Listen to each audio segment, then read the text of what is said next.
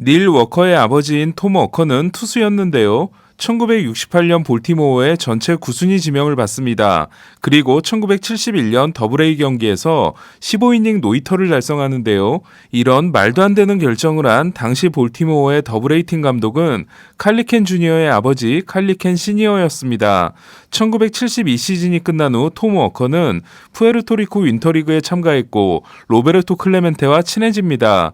재밌는 건 톰 워커의 플레임이 로버트 토머스 워커이고 로베르토 클레멘테의 플레임이 로베르토 워커 클레멘테였다는 겁니다. 1972년 12월 31일 클레멘테는 니카라과 지진 이재민을 위해 구호품을 실은 비행기에 오르면서 같이 가겠다고 한 톰 워커를 말립니다. 그리고 톰 워커만 살아남게 되죠. 피츠버그 트리플A 팀에서 은퇴한 톰 워커는 피츠버그의 자리를 잡습니다. 그리고 1985년 닐 워커를 낳게 됩니다. 2004년 피츠버그에 11순위 지명을 받은 닐 워커는 아버지를 비행기에 못타게 한 클레멘테 덕분에 피츠버그 구단 최초로 피츠버그 태생 1라운드 지명 선수가 됩니다. 하지만 그 도시에서 태어나 자랐으며 그 도시의 연고팀에서만 뛰고 은퇴하고 명예전당에까지 오른 선수가 있습니다. 신시내티를 상징하는 인물 베리 라킨입니다. 라킨은 1964년 신시내티에서 태어났고 켄 그리피 주니어, 버디 벨, 데이빗 벨, 마이크 벨이 나온 고등학교를 졸업합니다. 이 고등학교를 나온 현역 선수는 한 명 있는데요. 미러키 좌완 브렌트 수터입니다. 미시건 대학에 진학한 라키는 1985년 드래프트에서 신시내티에 4순위 지명을 받습니다.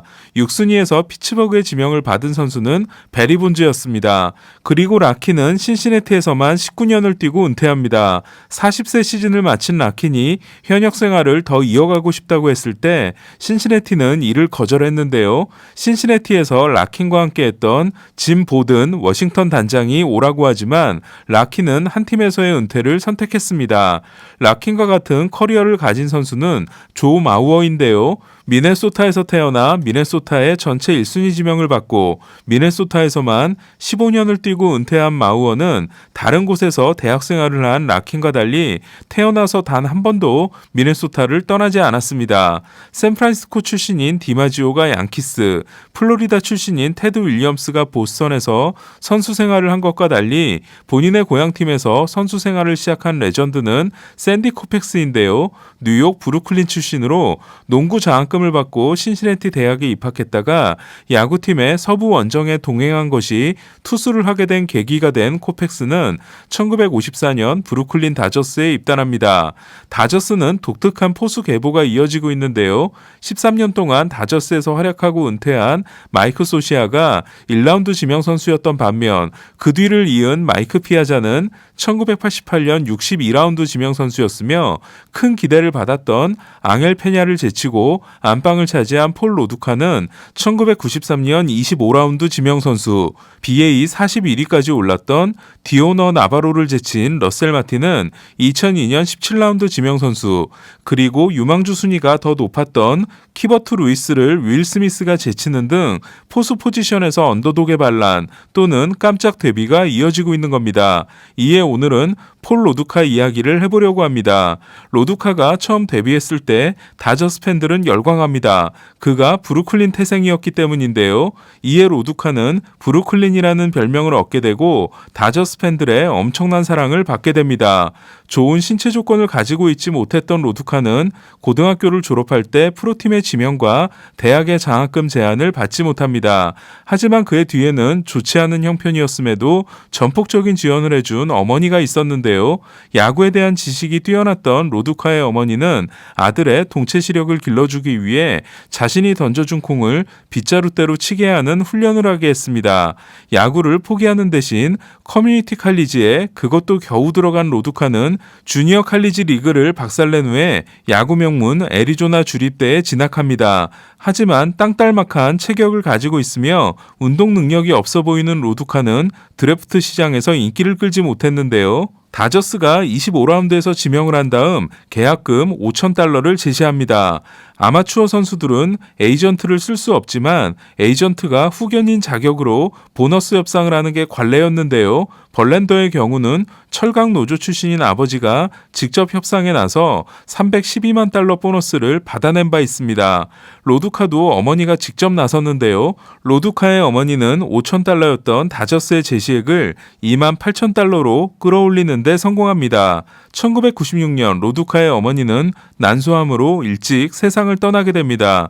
그때 로두카의 어머니가 남긴 유언은 장례식이 끝나면 바로 팀으로 돌아가 훈련을 시작하라는 거였습니다. 토드 헌들리가 떠난 2001년 로두카는 만 29살의 나이로 다저스의 주전 포수가 됩니다. 당시 일부 다저스 팬들의 불만은 박찬호와 데런 드라이포트가 체드 쿠르터라는 전담 포수를 쓰기 때문에 로두카의 출장 시간이 줄어든다는 거였는데요. 2001년 로두카는 125경기에 출전해 타율 3할 2푼, 출루율 3할 7푼4리, 장타율 0.543, OPS 0.917, 25홈런 90타점이라는 엄청난 활약을 합니다. 로두카가 더 인기가 많았던 건 투지 넘치는 그의 플레이 스타일 때문이었는데요. 덕분에 로두카는 4번이나 올스타로 선정됩니다. 로두카는 1루와 좌익수까지 맡으며 멀티 포지션 포수의 계보를 이었고 1번 타자로 등장하기도 합니다. 29세 시즌이 첫 풀타임 시즌이었던 로두카는 30세 시즌인 2002년과 31세 시즌인 2003년 활약이 좋지 않다가 2004년 반등에 성공하는데요. 하지만 폴 디포데스타 단장은 플로리다 말린스에서 브래드 페니와 최이섭을 데려오면서 후안 엔카나시온, 기에르모 모타, 그리고 폴 로두카를 보내게 됩니다. 2003년 이반 로드리게스와 1년 계약을 맺고 월드시리즈 우승에 성공한 플로리다로서는 새로운 포수가 필요했는데요. 반면 다저스 입장에서 트레이드의 핵심은 26세 시즌을 맞이한 페니를 얻는 것이었고 로두카는 32세였기 때문에 충분히 합리적인 트레이드였습니다.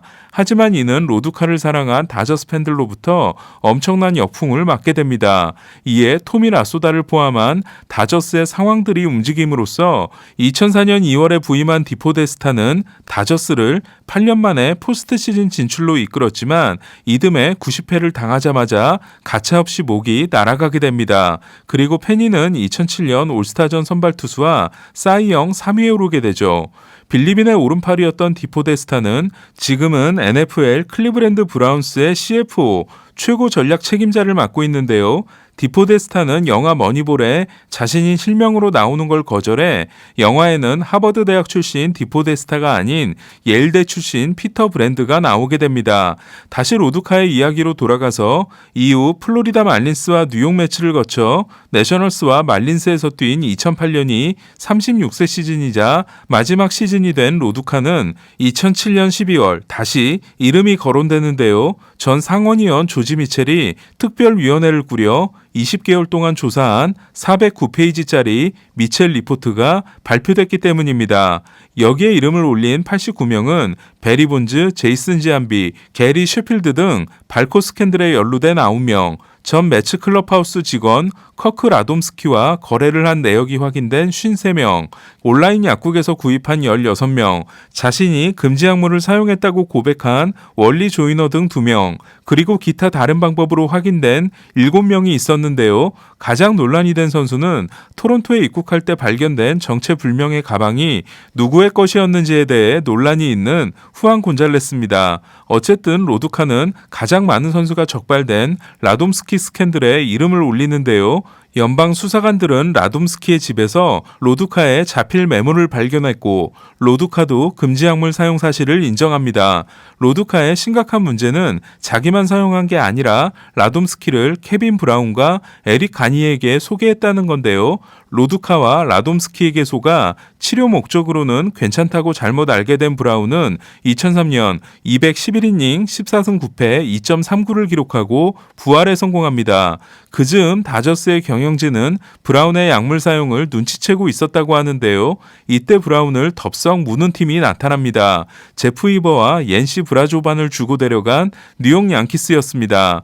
케빈 브라운이 부활에 성공한 2003년 전설의 55세이브 노블론 시즌을 만든 가니에는 2002년부터 2004년까지 3년 동안 152세이브 6불론 1.79를 기록하는 최고의 전성기를 보낸 후 2005년 토미존 수술과 2006년 팔꿈치 신경 수술로 두 시즌을 날리게 됩니다. 결국 다저스를 나오게 된 가니에는 텍사스와 1년 600만 달러 계약을 맺고 2007년 상당히 좋은 활약을 하는데요. 시즌 중반 꽤 큰 대가를 지불하고 가니에를 데려간 보스턴이 가니에를 승부처에서 쓰지 않는 모습을 보면서 이상하다 싶었던 저는 그해 12월 미첼 리포트가 발표되고 나서 보스턴이 이를 눈치챘던 게 아닌가라는 생각을 당시에 했던 적이 있었습니다. 물론 이는 제 추측일 뿐입니다. 약물 선수였으며 심지어 약물 전파자라는 사실이 알려지기 전까지 로두카는 비록 전성기는 짧았지만 8년의 마이너리거 생활을 이겨냈으며 어머니와 애틋한 스토리를 가진 선수이자 뛰어난 리더십의 선수로 평가받았는데요. 오늘은 한때 다저스의 영혼으로 불렸던, 그래서 배신감이 더 컸던 로두카 이야기였습니다. 이상 베이스볼 큐브 최세결 김영준이었습니다.